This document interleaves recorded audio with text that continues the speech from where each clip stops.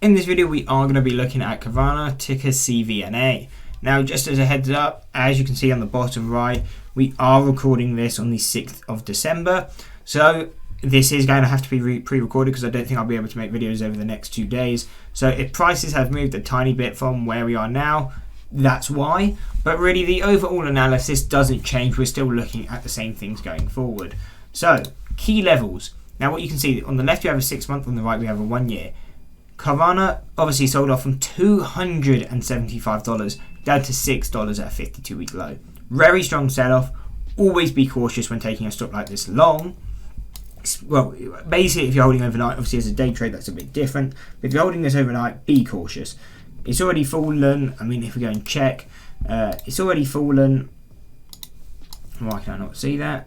It's already fallen 97%. There's nothing to say it can't fall another 97%. You may be thinking, that was at $6, what can it do? It can easily fall down to $1. So again, always be cautious holding this and don't kind of just hodl, think it's going to go back up if you're getting long now. It can always get worse. So always be prepared for that and all that going forward. But now, because it sold off 97%, our deviations are so wide. Obviously, we're at $7 now. Our closest resistance on the long term is $30. So, you know, we need to basically 5x from where we are now just to even get close to that first deviation. So again, that takes on, well, is going to be really a big struggle to trade because it's just so far off. So again, that's what we're paying attention to. I will pay attention to that on a long-term perspective. If it comes to these levels, it's probably going to be quite an easy trade opportunity. But what we also need to do is cut down though to a shorter term time frame just to get some levels closer to where we are now. So we'll be looking at a 30 and 90-day chart, and really all we're paying attention to is $3 and $6. These are our statistical means.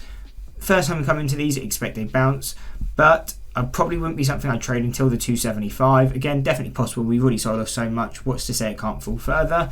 This would be a good trading opportunity. 275, pretty easy long bias level.